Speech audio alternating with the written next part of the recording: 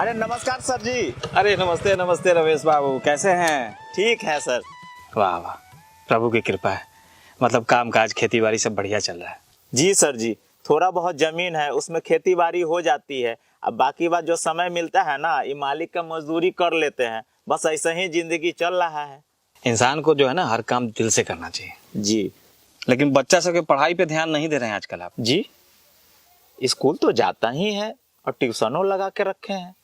आता है स्कूल सब, लेकिन रेगुलर नहीं आता है। मतलब कि सरकारी विद्यालय जो है ना 250 दिन खुला रहता है साल में, लेकिन ज्यादातर बच्चा जो है ना 150 दिन आता है, और उसमें आपका भी बच्चा शामिल है। बेटा तो हमारा नालायक निकल गया, लेकिन बेटी तो। देखिए रमेश जी, बेटा और बेटी दोनों को पढ़ाना बहुत जरूरी होता है। अच्छा रमेश जी, एक बात बताइए, यदि कोई जानवर आपका आवारा निकल जाए तो क्या करते हैं? उसको खुला छोड़ देते हैं?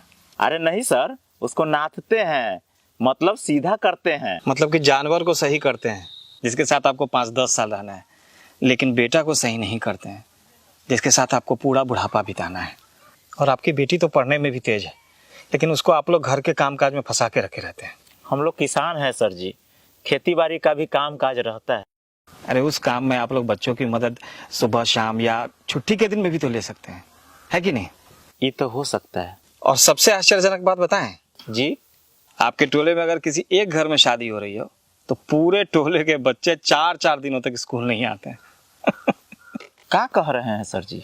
लीजिए, आपको ये भी नहीं पता है कि आपके बच्चे कब स्कूल जाते हैं और कब नहीं जाते हैं। अच्छा ये बताइए, गेहूं के बीज को सिर्फ खेत में गाड़ दिया जाए तो फसल तो बहुत बम्पर होगी। नहीं सर जी, ये कैसे हो सकता है? गेहूं की खेती करने में पूरे 150 दिन लगते हैं।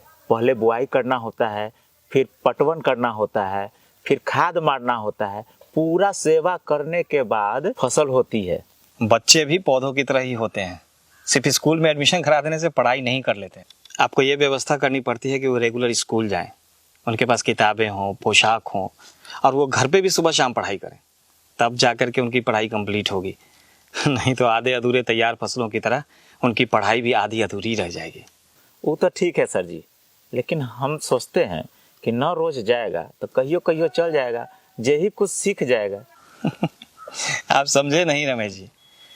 अच्छा ये बताइए कि यदि किसी बच्चे को पहले 1 से 20 तक का गिनती सिखाया जाए और फिर सीधा 80 से 90 का गिनती सिखाया जाए, या पहले 2-3 का पहाड़ा सिखा दिया जाए और फिर सीधा 17-18 का पहाड़ा सिखाया जाए, तब तो बच्चा गणित में पंडित हो जाएगा, है ना? ये कैसे होगा सर जी?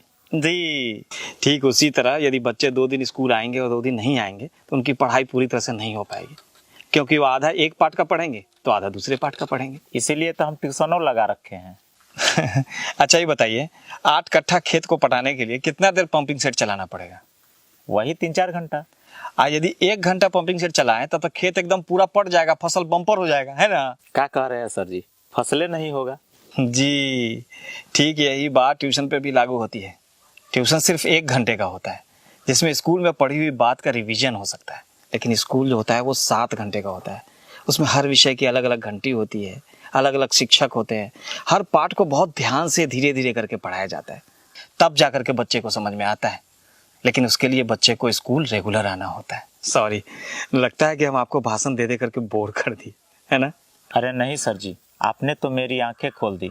जब हम लोग अपना पालतू पशु पौधों सबका इतना ख्याल रखते हैं तो अपने बच्चों का ख्याल क्यों नहीं रखेंगे? वैसे कहते हैं ना सर जी कि पूत सपूत तका धन संचय और पूत कपूत तका धन संचय। बहुत बहुत धन्यवाद सर जी। अब मेरा बच्चा रोज स्कूल जाएगा, ये वादा है खुद से। बहुत बहुत धन्यवाद जो आप मेरी बात को समझे। अच्छा मैं चलता हूँ। जी प्रणाम। प्रणाम।